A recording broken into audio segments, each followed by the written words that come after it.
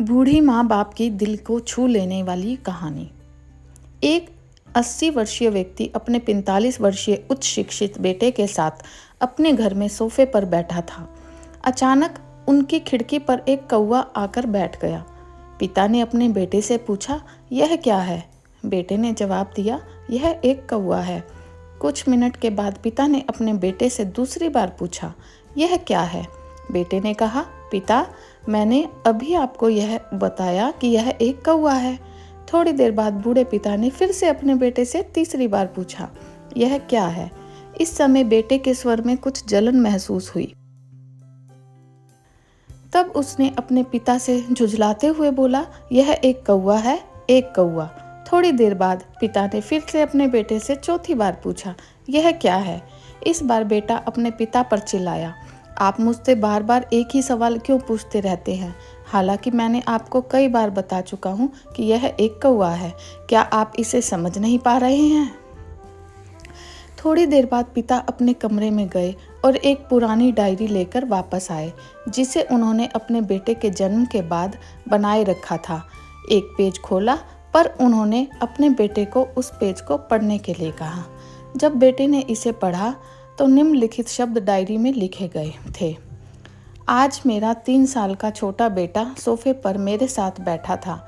जब खिड़की पर एक कौवा आकर बैठा, मेरे बेटे ने मुझसे 23 बार पूछा कि यह क्या है, और मैंने उसे 23 बार जवाब दिया, यह एक कौवा है। मैंने उसे हर बार प्यार से गले लगाया और उसने मुझसे 23 बार फिर से वही सवाल पूछा। मुझे इस बात से बिल्कुल चिढ़ नहीं हुई, क्योंकि मैंने अपने मासूम बच्चे के लिए इसमें प्यार महसूस किया। जबकि छोटे बच्चे ने उससे 23 बार पूछा कि यह क्या है।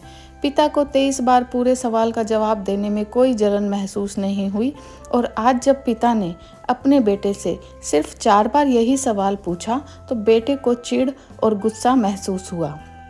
इसे पढ़कर उस बेटे को अपने किए गए व्यवहार का पता चल गया था, जिसके चलते अब वह मन ही मन बहुत शर्मिंदा हो रहा था।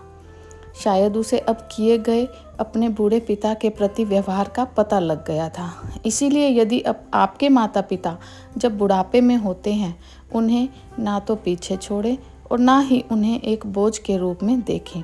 निस्वार्थ प्रेम की वर्षा की जानी चाहिए।